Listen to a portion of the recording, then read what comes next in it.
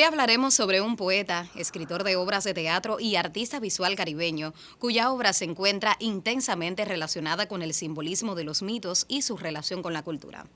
Galardonado en 1992 con el Premio Nobel de Literatura, su obra presenta una gran riqueza verbal, visual y conceptual que refleja las costumbres, las tensiones y la historia de una región colonizada. Si quieres saber más, siga con nosotros en este diálogo que camina.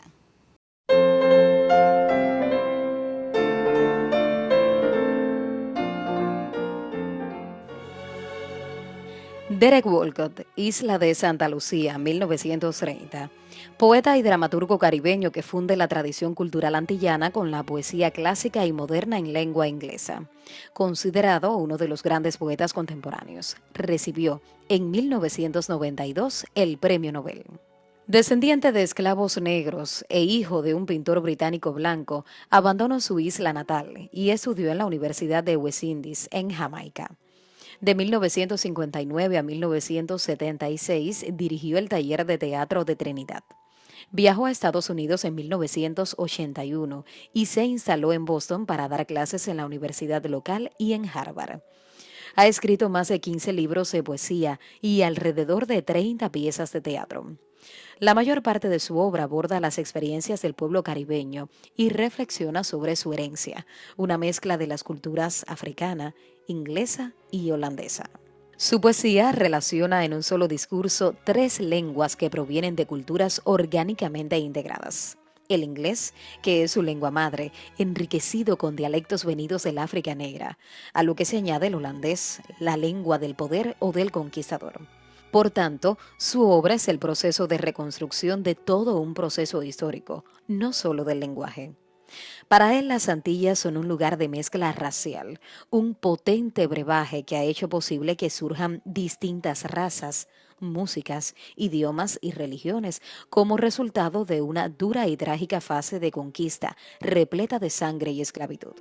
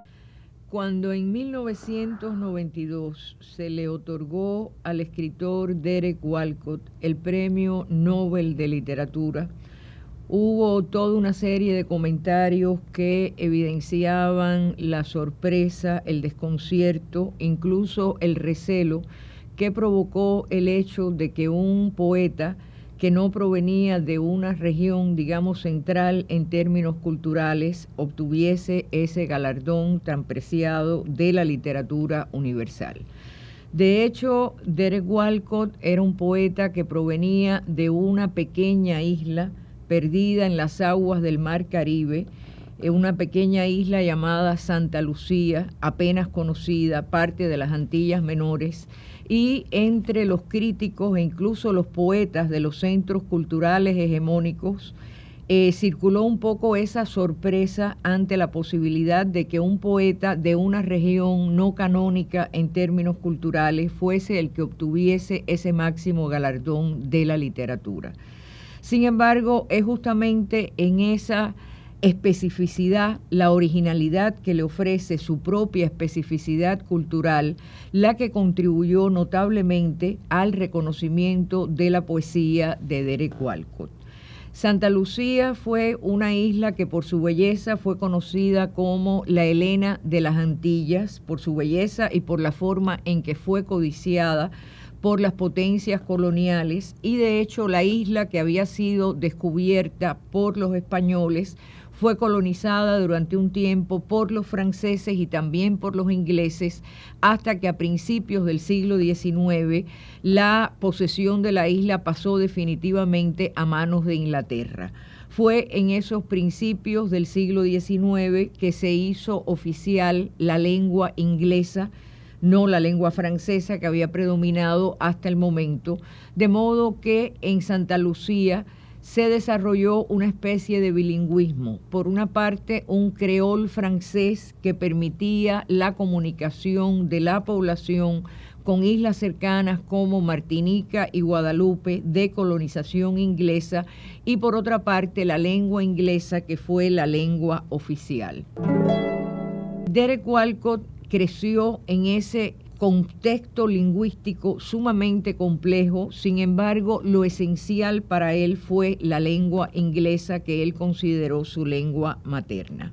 La isla de Santa Lucía, al igual que las islas del resto del Caribe, tuvo una historia sumamente compleja, marcada en primer término por un hecho esencial, que es la esclavitud. Cientos de miles de africanos llegaron a las costas del Caribe y también a la isla de Santa Lucía. Esa institución predominó durante mucho tiempo en esa isla, y al mismo tiempo se da en ella, como en todo el contexto caribeño, esa especie de mezcla de toma y daca, de diálogo, de intercambio entre poblaciones de diferente origen. Por una parte, esa masa africana, y por otra parte una diversidad de europeos que además va a dialogar con los elementos nativos que subsisten durante algún tiempo. El mismo Derek Walcott es un mestizo de negro, inglés, holandés, y él siente que esa condición mestiza, que no solo se trata de un mestizaje racial, sino también de un mestizaje cultural, es algo que va a ser determinante en su poesía. Hay un poema, La Goleta Flight, del cual yo voy a leer un breve fragmento, en el cual el sujeto lírico, que es un pescador justamente de la isla de Santa Lucía, se cuestiona un poco esa noción de quién es él, qué lugar ocupa en el universo. El texto dice así: conozco estas islas desde Monos hasta Nassau, un marino de cabeza color óxido y ojos verde mar que han apodado Chavín, el patuá para cualquier negro rojo, y yo, Chavín, conocí estas barriadas del imperio cuando eran el paraíso. Soy solo un negro rojo que ama el mar, recibí una sólida educación colonial, tengo de holandés, negro e inglés en mí, y o no soy nadie o soy una nación.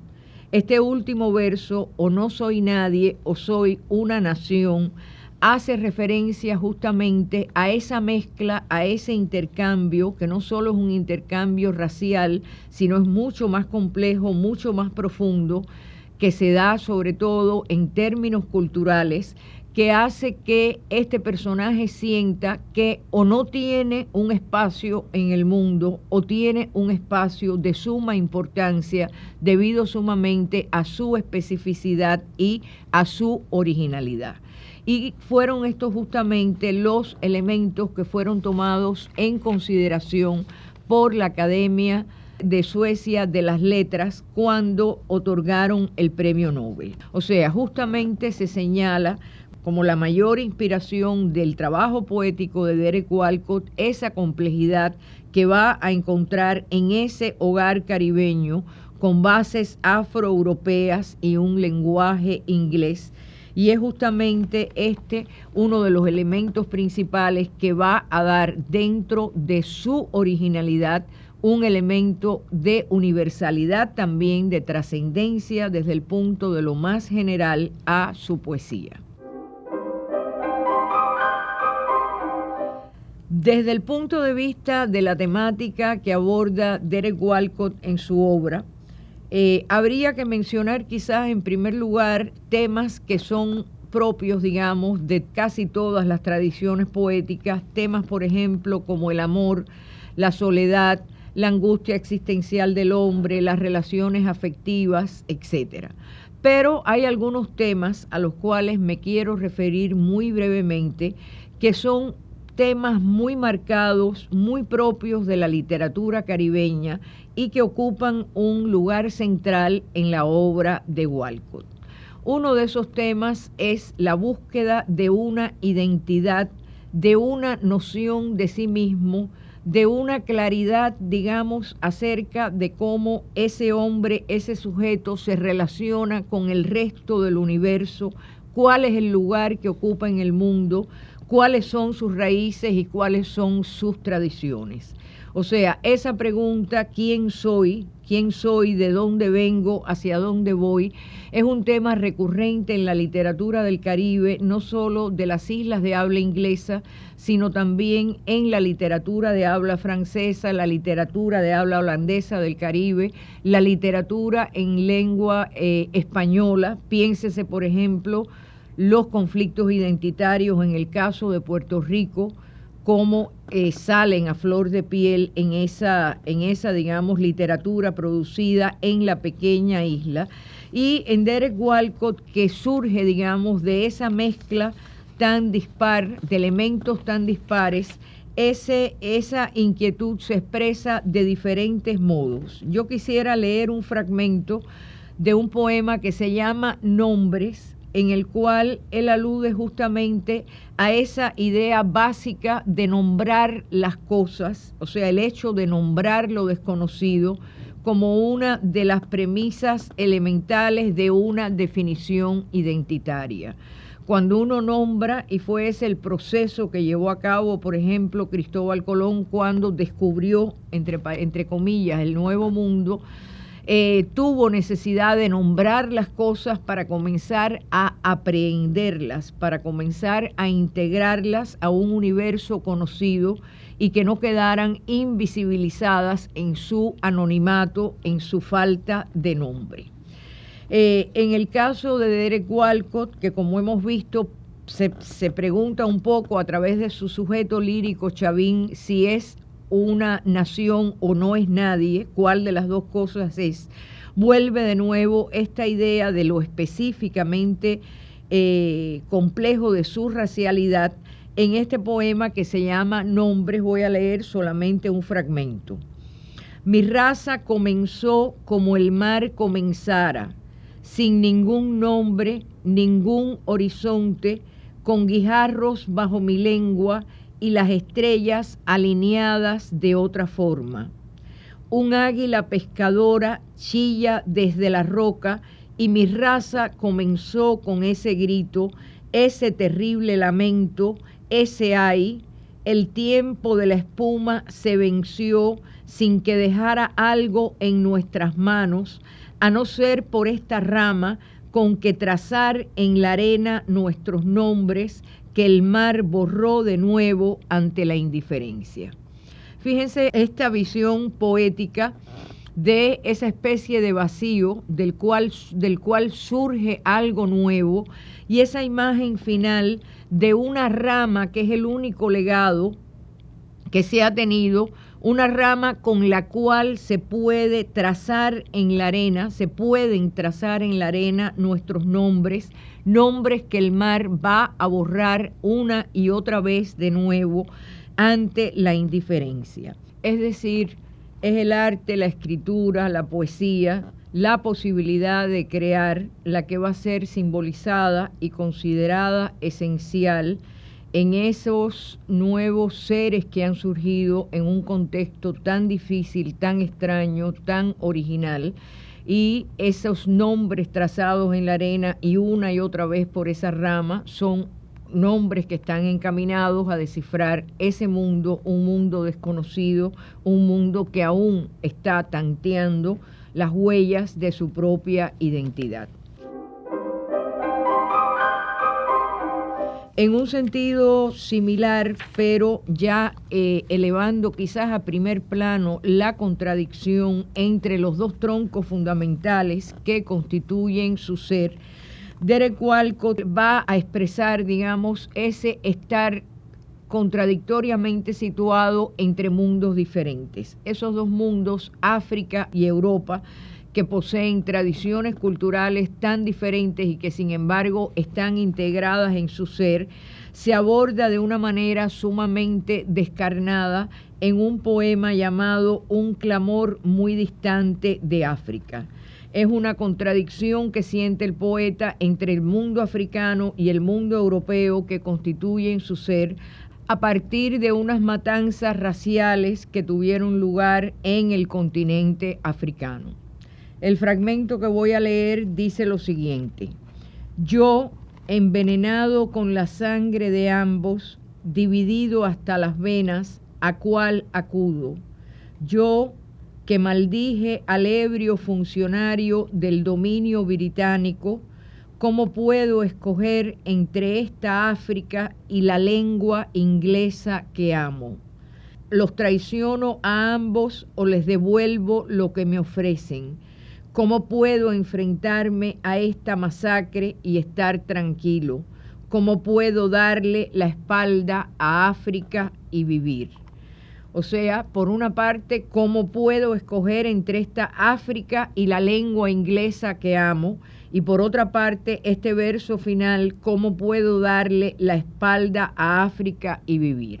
Se trata evidentemente del conflicto de un ser humano dividido, desgarrado entre dos mundos que se contraponen y que el poeta debe tratar de conciliar, debe tratar de integrar dentro de sí mismo a través de una búsqueda de confluencias que resulta sumamente desgarrante para el que la lleva a cabo, pero que finalmente se puede resolver a través de la creación poética. Otro de los temas que es recurrente en la obra de Derek Walcott es la preocupación por la historia. La historia, un tema que a su vez ha sido una especie de leitmotiv de la literatura caribeña. O sea, en los pueblos del Caribe ha existido de una manera muy acentuada esa tendencia a buscar, a indagar en el pasado para poder entender, arrojar luz sobre el presente. Y esa búsqueda de una historia pasada se torna sumamente angustiosa porque por lo general ha existido una historia oficial que ha opacado, que ha invisibilizado, que ha distorsionado la historia real de los pueblos de la región. Por lo tanto, esta búsqueda se ha convertido en un tema sobre el cual han reflexionado los intelectuales, han reflexionado los escritores. Piénsese, por ejemplo, en una obra tan vinculada a la historia como es la obra de Alejo Carpentier. Piénsese, por ejemplo, en los aportes que ha dado la literatura puertorriqueña a la nueva novela histórica, que ya se plantea que comienza desde el reino de este mundo de Alejo Carpentier, esa nueva mirada sobre la historiografía. O sea que es un tema realmente muy caracterizador y a la vez recurrente en el área del Caribe. Derek Walcott tiene una posición muy particular en relación con esta temática. El centro de su preocupación está en ese pasado esclavista, en esa herencia de una sociedad dividida en víctimas y victimarios, donde los conflictos raciales llegaron a ser un centro esencial. Derek Walcott considera, sin embargo, que no se debe ser esclavo de la musa de la historia. Justamente así, la musa de la historia denomina él uno de sus más importantes ensayos.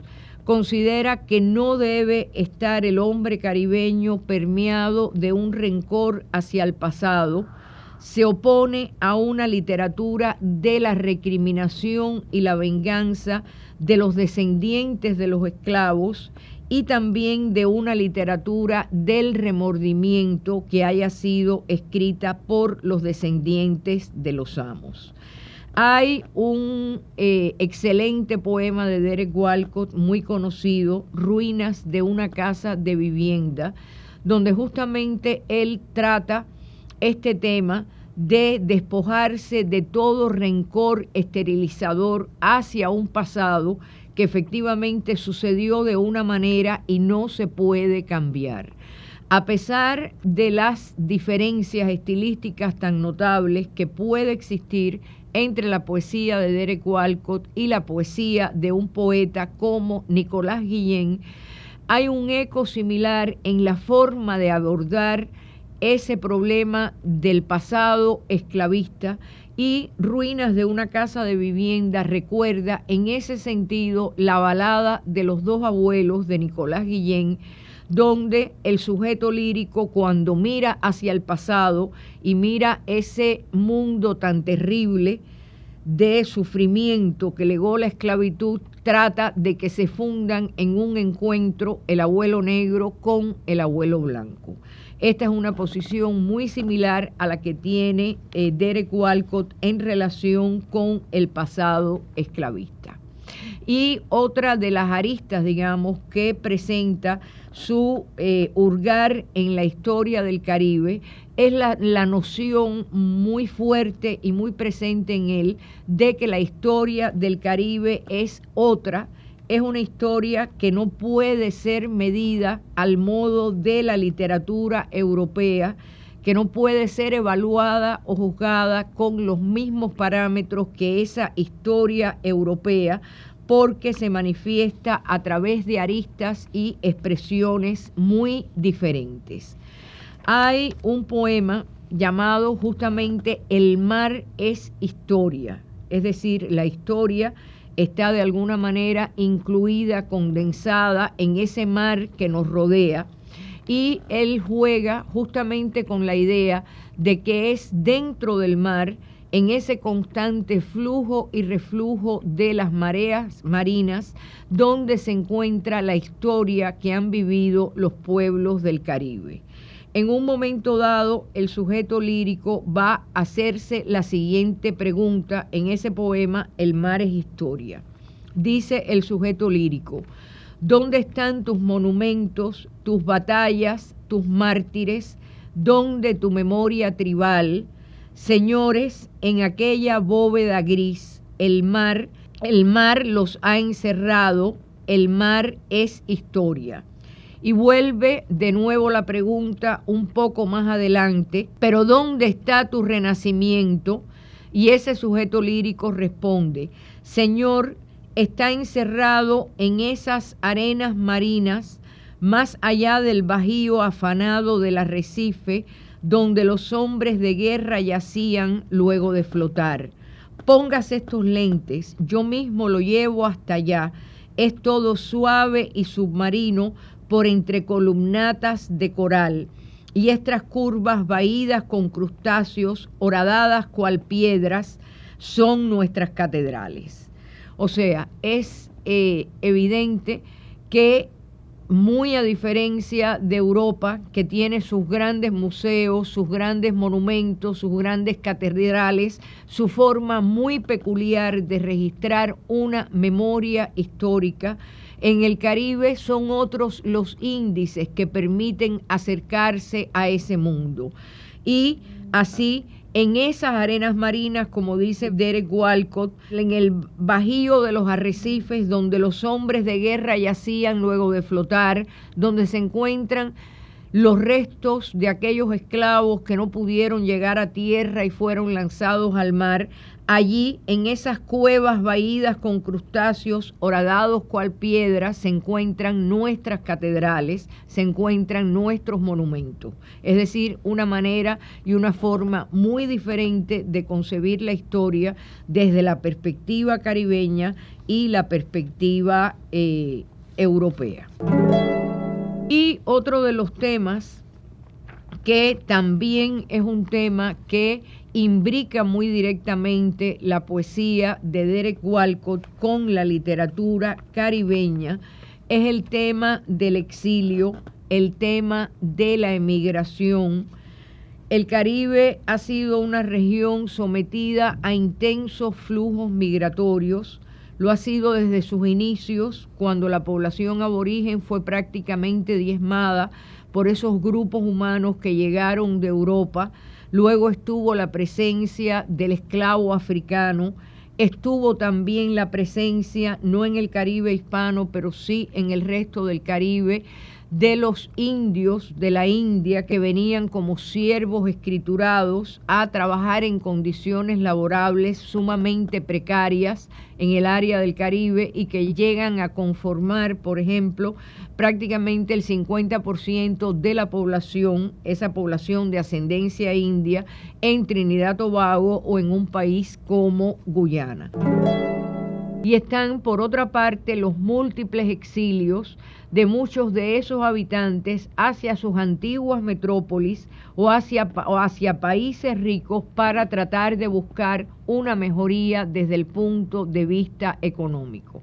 O sea, la inmigración es una temática que cruza por todas partes al área del Caribe y aparece en varios poemas de Derek Walcott, por ejemplo, Preparación para el exilio, Una vida en el village, y también como una experiencia de los distintos personajes que va a crear en su poesía. Yo quisiera leer un fragmento de Una vida en el village que narra justamente su experiencia como emigrante, como exiliado en los Estados Unidos. Es un hombre, un sujeto lírico que está hablando proveniente de un país tropical donde la naturaleza tiene una serie de bondades que no encuentra en ese clima del norte, y el sujeto lírico dice lo siguiente: a través de la ventana amplia y gris del apartamento, observaba en esa mañana infernal mi primera nieve que se encostraba en el alféizar, desconcertaba al gato negro acurrucado. A mis espaldas, una escarcha de nata barnizaba mi resquebrajada taza de café, una nevada de poemas rasgados amontonándose, coronados por una pala para rimas. Muerto de hambre, al acecho, yo era un gato asustado en aquella ciudad gris. Flotaba una sombra felina por entre los suéteres de lana negra, las mallas y los abrigos con capuchas de una Machen de Greenwich Village de cabellos de fuego y hombros de nieve. Nostálgico, mi deseo se arrastraba sobre la nieve cual humo en busca de su llama extraviada. Deambulé todo ese invierno como un fantasma por tu casa de la calle Hudson, amigo que agota, exige que se le acoja, embriague y alimente. Me pareció que aquel invierno nunca terminaría.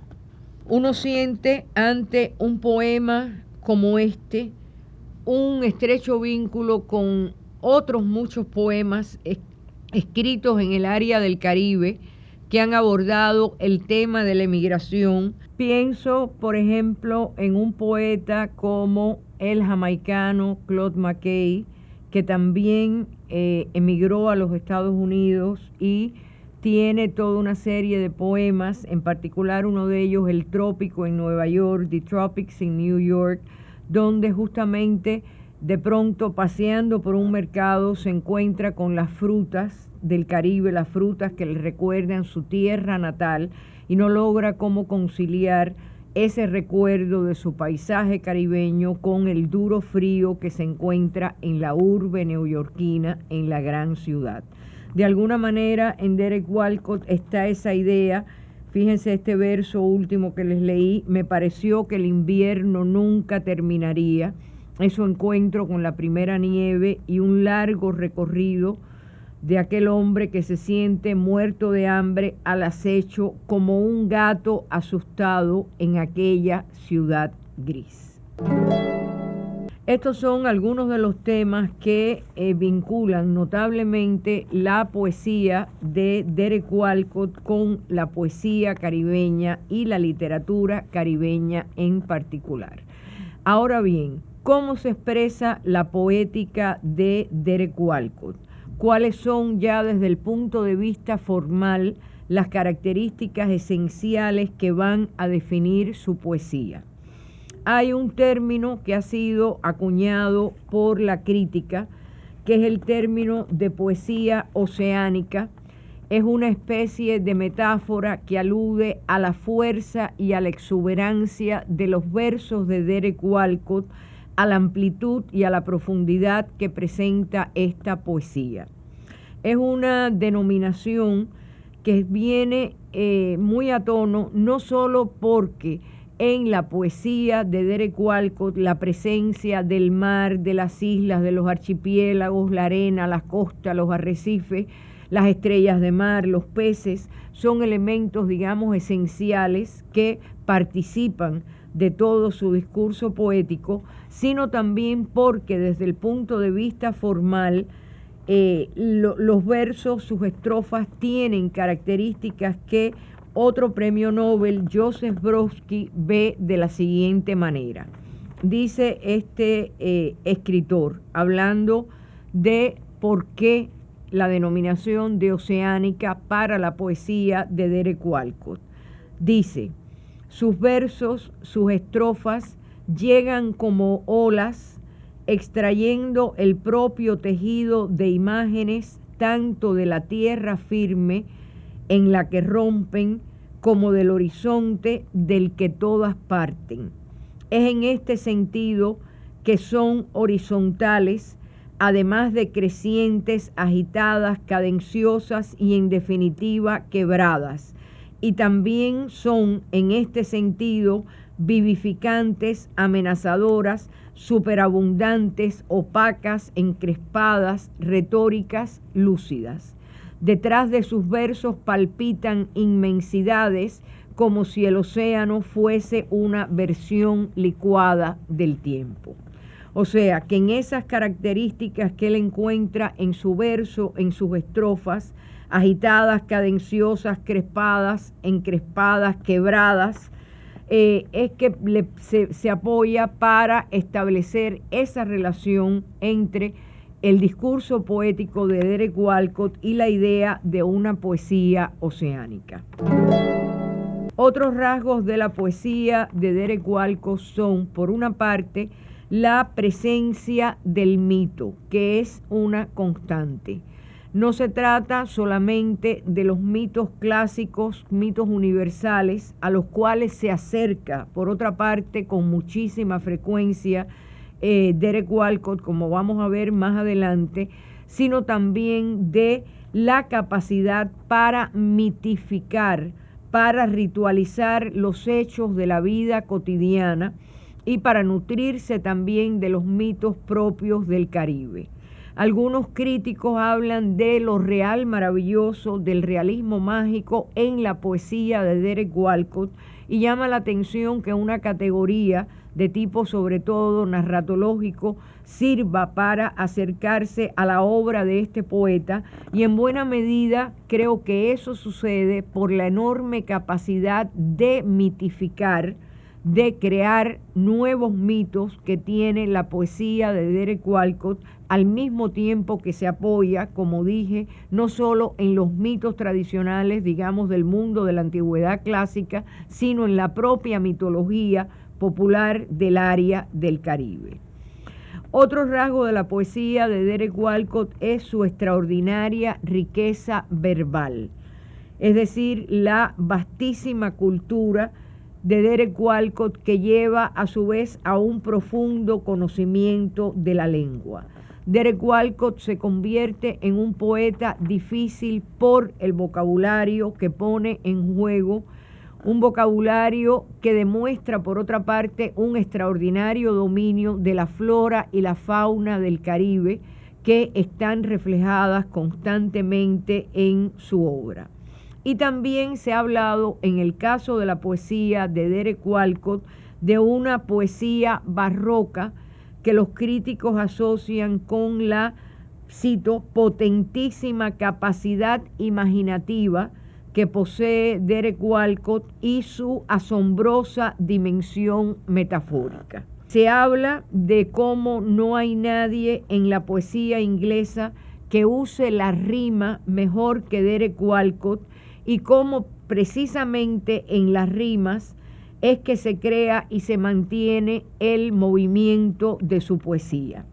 En este manejo que hace Derek Walcott de la rima, que en algunas ocasiones ha sido tildado, digamos, de anticuado, la utilización de la rima y de determinados metros, Derek Walcott hace referencia a la herencia que él recibe de la misma cultura caribeña, en particular, por ejemplo, la copla rimada, que es algo que aparece en el calipso, que es una de las músicas, de las canciones, digamos, de la música principal que se encuentra en su contexto cultural y en los carnavales del área.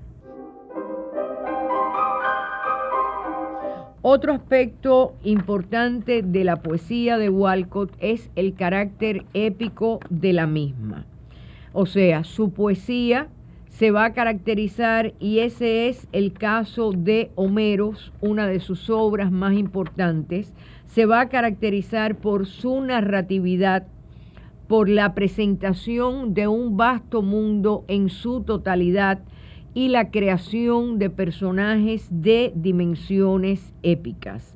Es decir, en el caso de Homero nos encontramos ya no con una poesía lírica como puede aparecer en otras zonas de la poesía de Derek Walcott, sino en lo que ha sido considerado una vasta odisea en tercetos.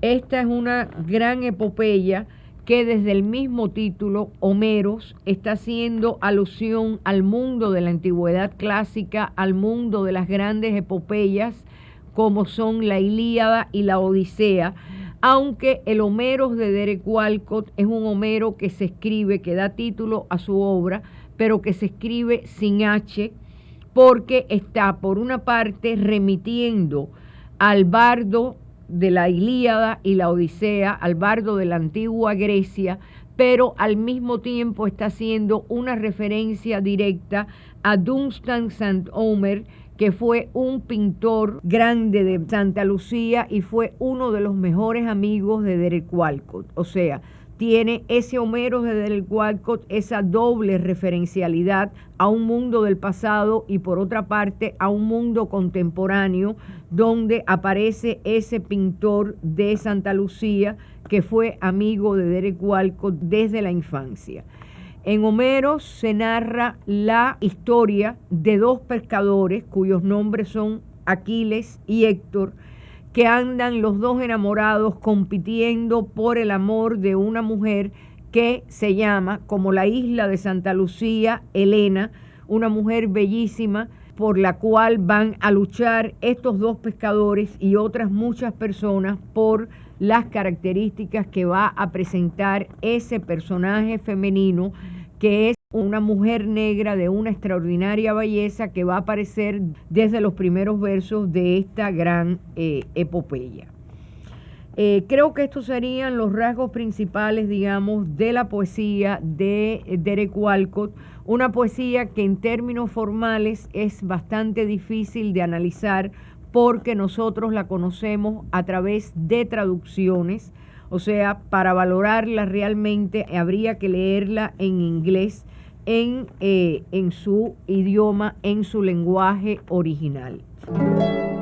Hay un texto que ha sido publicado, un pequeño plaquet que ha sido publicado y que yo les recomendaría a todos aquellos que estén interesados en conocer mejor la poesía de Derek Walcott, que es el autor y su obra, dedicado a Derek Walcott, a su poesía, que fue publicado por la editorial José Martí, que hace una breve selección de su obra, incluso tiene fragmentos de esa vasta odisea que va a ser Homeros y que permite alcanzar una idea de las concepciones principales de su obra. Yo quisiera terminar entonces con la lectura de un poema muy breve llamado Archipiélagos, que dice lo siguiente: Archipiélagos. Al final de esta frase empezará a llover. y al filo de la lluvia una vela. Lentamente la vela perderá de vista las islas. La creencia en los puertos de toda una raza se perderá entre la niebla. La guerra de los 10 años ha terminado. El pelo de Helena, una nube gris. Troya, un foso de ceniza blanca junto al mar donde llovizna. La lluvia se tensa como las cuerdas de un arpa. Un hombre con sus ojos nublados la toca con sus dedos y tañe el primer verso de la Odisea. O sea, es un poema donde la niebla, la lluvia tienden a una especie de difuminación de los contornos del paisaje que se va a estar presentando. Un poema donde se da ya desde uno de los primeros versos un cambio de perspectiva que tiende a descolocar al lector y hacerlo sentir parte de ese mundo difuminado. Por ejemplo, cuando dice, lentamente la vela perderá de vista las islas. O sea, es ya la perspectiva no del que está en la isla, sino del que se aleja en un barco, el que pierde de vista esa isla donde antes se estuvo. Y se trata de un momento muy particular de muerte de una civilización, de fin de la guerra de Troya, de un momento que tal y por ejemplo como aparece en Machu Picchu de Pablo Neruda, se siente ese desaparecer de todo un mundo que se había creado, el fin de un intercambio, el fin de una comunicación.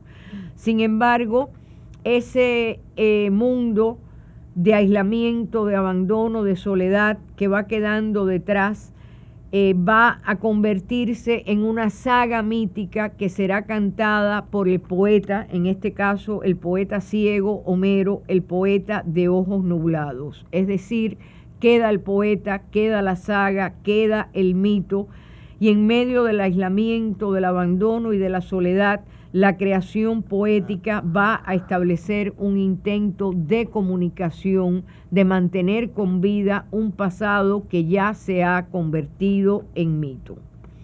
Creo que en buena medida la obra de Derek Walcott se dedica justamente a rescatar a través de esas coordenadas míticas un mundo propio, esencial del Caribe, y que en esto consiste justamente el aporte, la mayor contribución que va a ofrecer este gran autor a lo mejor de la poesía contemporánea.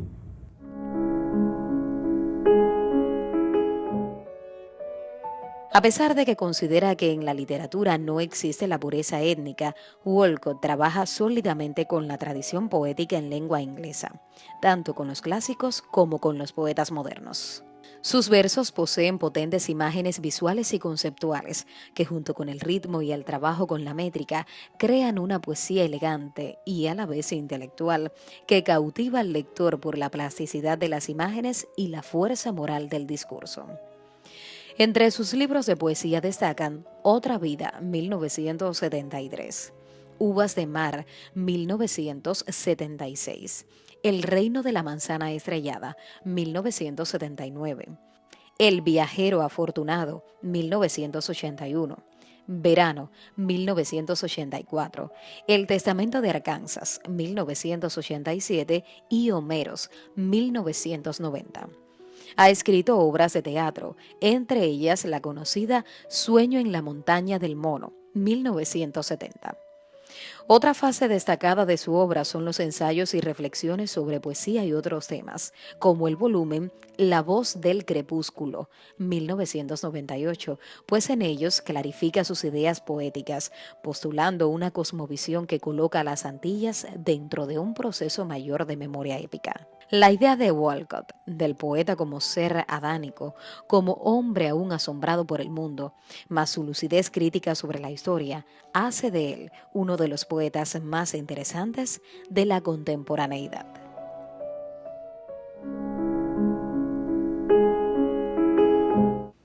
Y es todo por hoy. Esperamos que la lírica siga el diálogo con los más íntimos sentimientos humanos para convertirlos en poesía.